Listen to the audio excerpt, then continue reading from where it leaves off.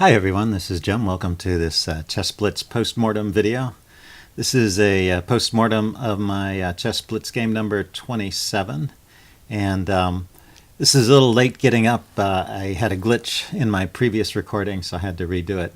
It gave me a chance to play another game, so actually if you look at games 27 and 28 kind of back to back, it's kind of interesting to compare and contrast them. They actually show, pretty instructively, a couple of ways that amateurs, chess amateurs, can lose games. They're pretty typical and common kinds of errors, so I think they're instructive from that point of view.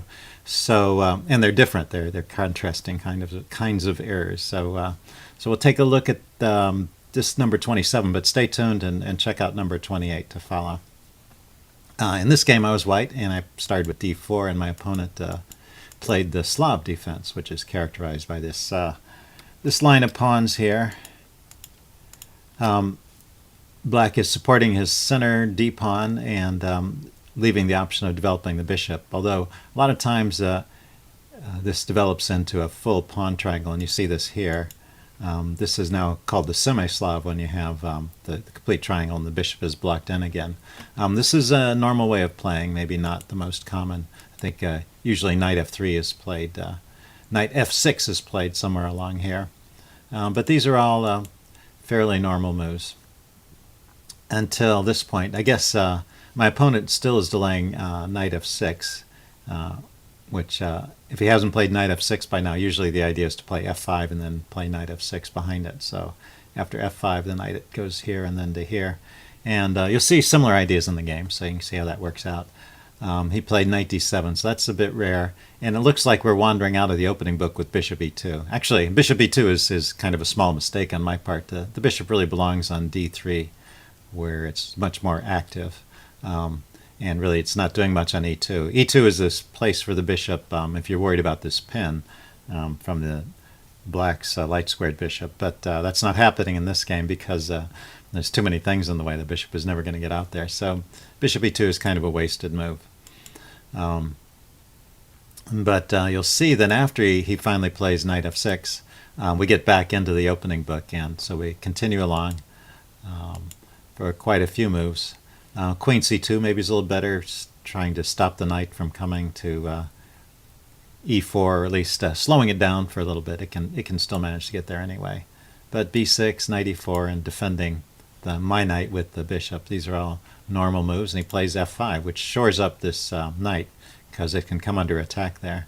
And if it ever gets traded off, he gets a strong pawn here on e4. So good move. And finally here, after knight d to f6, we get out of the opening book, and we'll go back and just look at the notation tab.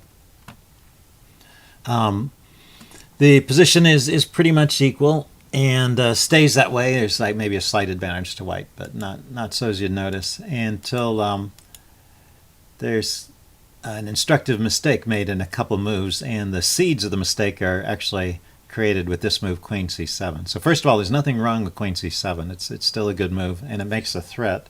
So the queen and the bishop are lined up on this pawn here, so I have to deal with that, and I play f4 to deal with that. But one thing you should think about when you put your queen on the c-file is if there's a rook opposite it. This sets up some tactics for later in the game, and a lot of times in a blitz game, you'll see people just automatically move their queen off of a file if there's a rook opposite it, because they just don't want to have to worry about these tactics all the time. And you'll see this does play a role later. But first, I have to stop this attack on my h-pawn, and that gives up the e4 square and allows black to sink a knight back in there. So he gets a good knight there. And but I, on the other hand, have a good square for my knight too. So I take my knight to that square, and still pretty even here. He decides to trade off my knight, and that was not a mistake. It's the next move that's the first mistake.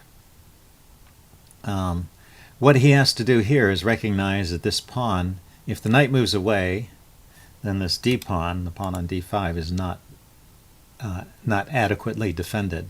It's got two attackers, and it's only got one defender. This pawn over here does not count because after I take, he takes, and I take with the knight. the rook is going to be pinning that pawn. And so if this knight is not here to take back, then this pawn is not going to be adequately defended. So he played knight e8, and I was able to just grab the pawn. So the computer's way to play this is pretty instructive. Just knight takes c3. That gets rid of one of my attackers here. So let's go ahead and play this out as a new variation. And when I take back, he can put his knight on e4, so he gets to keep his strong knight, and his pawn is adequately defended because it's really only attacked once and defended once. The bishop is in the way of the pin, so the pin is no longer operating. And even if the bishop weren't there, taking with the queen would not be a good idea either, because that would basically just be a queen trade. Well, maybe it'd be okay. I take it back. I guess it would still win a pawn. Okay, but that was not how he played. That's just the way it should have been played, according to the computer. And actually, the knight takes c3 is really the only way out of this. Every other move is basically losing the pawn. So he played knight e8, and the game continues. I pick up that pawn. Instead of taking back right away, he tries to counterattack. He counterattacks this e3 pawn here, which is not defended. And it turns out this is a mistake, although I didn't see this kind of clever move, knight takes e4 during the game. This is another computer suggestion. I wouldn't have found this one. But it turns out if you take this knight, well, first of all, seems like white could just get that pawn back right away with queen takes e3 check. I mean, get the knight back right away, and then take my knight here. But this turns out to be a difficult position for black because his queen is exposed here.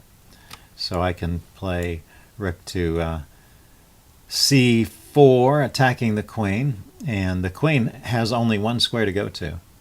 Everything is covered except for the d5 pawn, so he takes the queen, and then I can line up the rook like this. Queen and rook against the queen, and the queen has to move out of the way, and I can just grab a piece. So I'm a whole piece up in that line. Pretty amazing.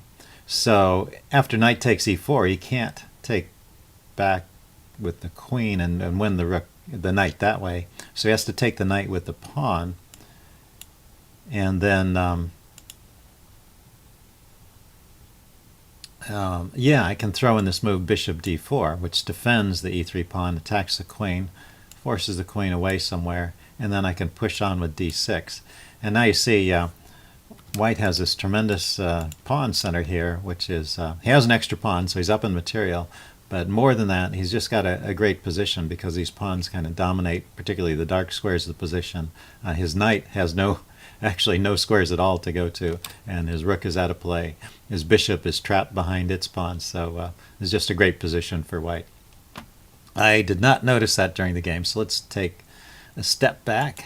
We were in this position, so what I was concerned about, so I didn't even think of this idea of knight takes knight. That's pretty interesting. But a little too deep to find in a Blitz game. I don't really mind missing that idea. What I was calculating during the game was whether it was safe to take the d-pawn, take the e-pawn, this move here, with my d-pawn.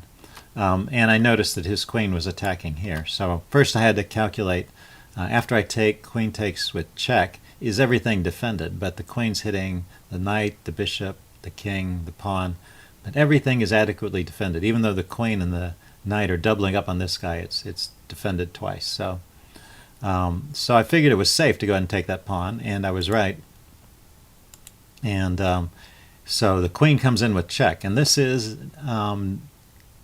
dangerous for me when the queen comes in, so I really had to be careful to be sure that everything was adequately defended and he doesn't have some great follow-up.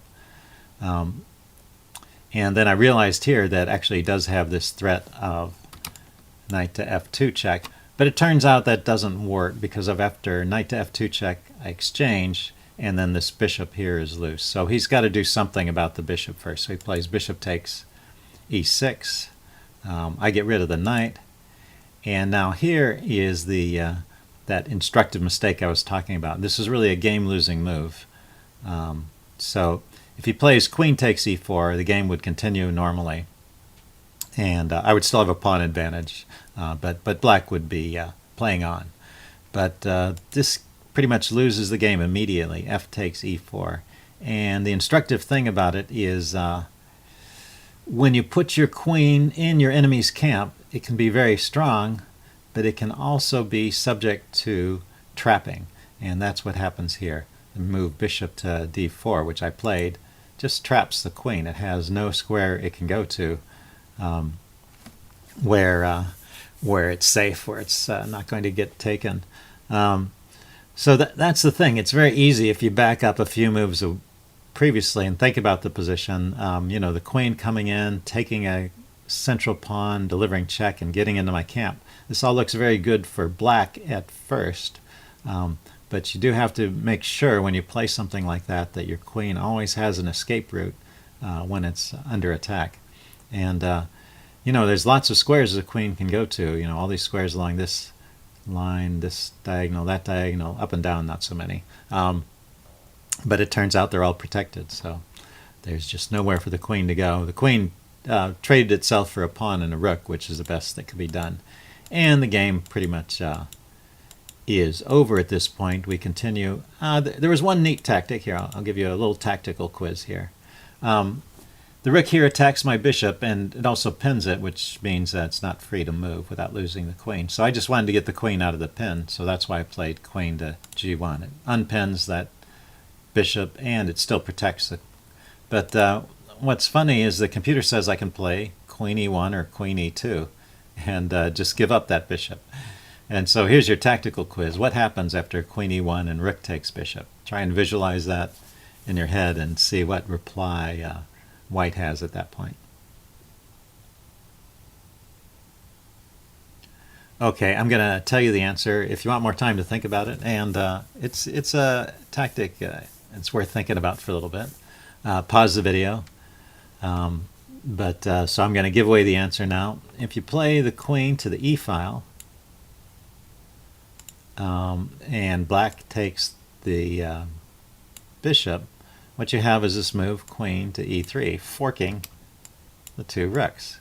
And why this is a little bit difficult to see before you actually reach this position, because normally rooks, when they're on the same row like this, defend each other, but there's a pawn in the way, and so they're both hanging.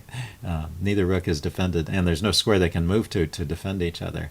So the two choices are to move the f rook and lose the d rook, or to move the d rook and lose the f rook. So basically, black's just losing another piece. So I didn't even have to defend that bishop as long as I move the queen to this square. Let's just cancel that.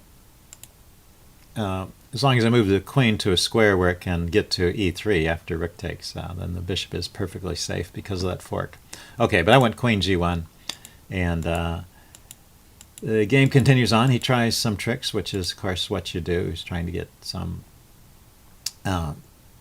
leverage on me in the back rank here. I get my king off the back rank so I can start moving these pieces around and not be subject to a check that might fork the king and the bishop, for example. Finally get my pieces active, and my extra force starts to make itself felt. One last mistake I make here, actually, it says I should go ahead and play rook d8 check or rook d6. These all look like good moves. I played rook to f2, trying to attack the rook this way and get to the f8 square. And black has a pretty strong reply. I mean, white's still winning, but he can cause some trouble with the move e3, threatening to queen and take my rook. And if I move the rook away, then it can run down and queen, perhaps. So that's a dangerous tactic that black has, and the computer recommends just taking it with the queen and giving up the bishop. I would still be ahead because I'd be a queen against rook and a knight, and with a good position. But anyway, he didn't spot that. He played, let's see, we going forward here. I played rook f2. He played rook d7, and this is a mistake. It allows this check and take rook. So this is a good thing to be alert for. This first check is easy to see, and it forces the king there, and then the second check forks those two pieces. So I'm picking up another rook, and my opponent resigned here. So I thought that was a pretty interesting postmortem. Hope you guys enjoyed that, and also stay tuned for the next game. I think you'll like that one too. If you have any comments, leave them in the section below, and I'll see you soon. Bye.